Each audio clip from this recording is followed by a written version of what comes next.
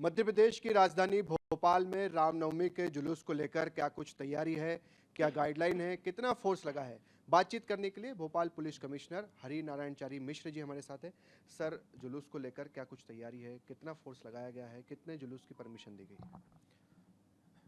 भोपाल में पर्व त्योहारों को मनाने की एक बड़े ही समृद्ध सौहार्दपूर्ण परंपरा है और उसी उत्साह के साथ ये आयोजन भी हो रहे हैं। लगभग इसमें अलग अलग, अगर हम पूरे जुलूसों की बात करें तो लगभग 16 से 17 जुलूस जो बड़े हैं, लेकिन जो खास तौर पे जो केंद्रित जो काफ़ी बड़ी संख्या में जो लोगों की भागीदारी रहती है, वैसे 2 से 3 जुलूस हैं जो कि बड़ी संख्या में। उसको लेकर के पर्याप्त व्यवस्थाएं भी लगाई गई हैं।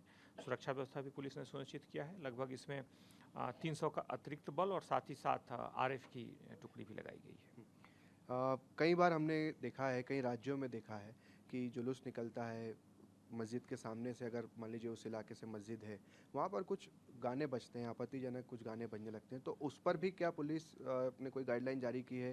क्योंकि पिछली दफ़ा हमने देखा था कि एक पेन ड्राइव में लिस्ट मांगी गई थी कि कौन कौन से गाने आप बजाएंगे, तो इस बार उसका भी ध्यान रखा जा रहा है? इस तरह के आयोजनों की जब बात होती है तो पुलिस उसकी पृष्ठभूमि में भी एक तैयारी करती है, जिसमें खास तौर पर जो भी चाहे डीजे हों, चाहे जो भी आयोजन में खास तौर पे जो संगीत में जो भी प्रस्तुतियाँ या जो भी उसमें बजते हैं, उसको ध्यान में रखा जाता है कि वो एक बेहतर माहौल में, एक सम्मानपूर्ण सौहार्दपूर्ण माहौल में ही कार्यक्रम संपन्न हो। तो इसको ध्यान में रखते हुए प्रारंभिक तौर पर आयोजकों से पुलिस चर्चा करती है और अभी तक, जहाँ तक भोपाल की बात है, ऐसी स्थिति कभी नहीं बनी है।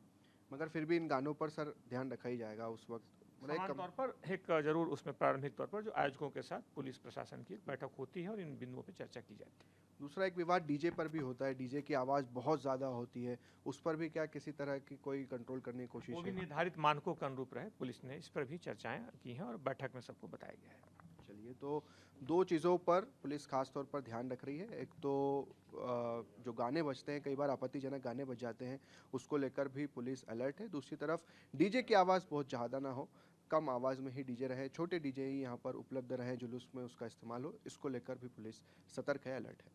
कैमरा पर्सन मुकेश के साथ शुभम गुप्ता, टीवी 9 भारतवर्ष, भोपाल।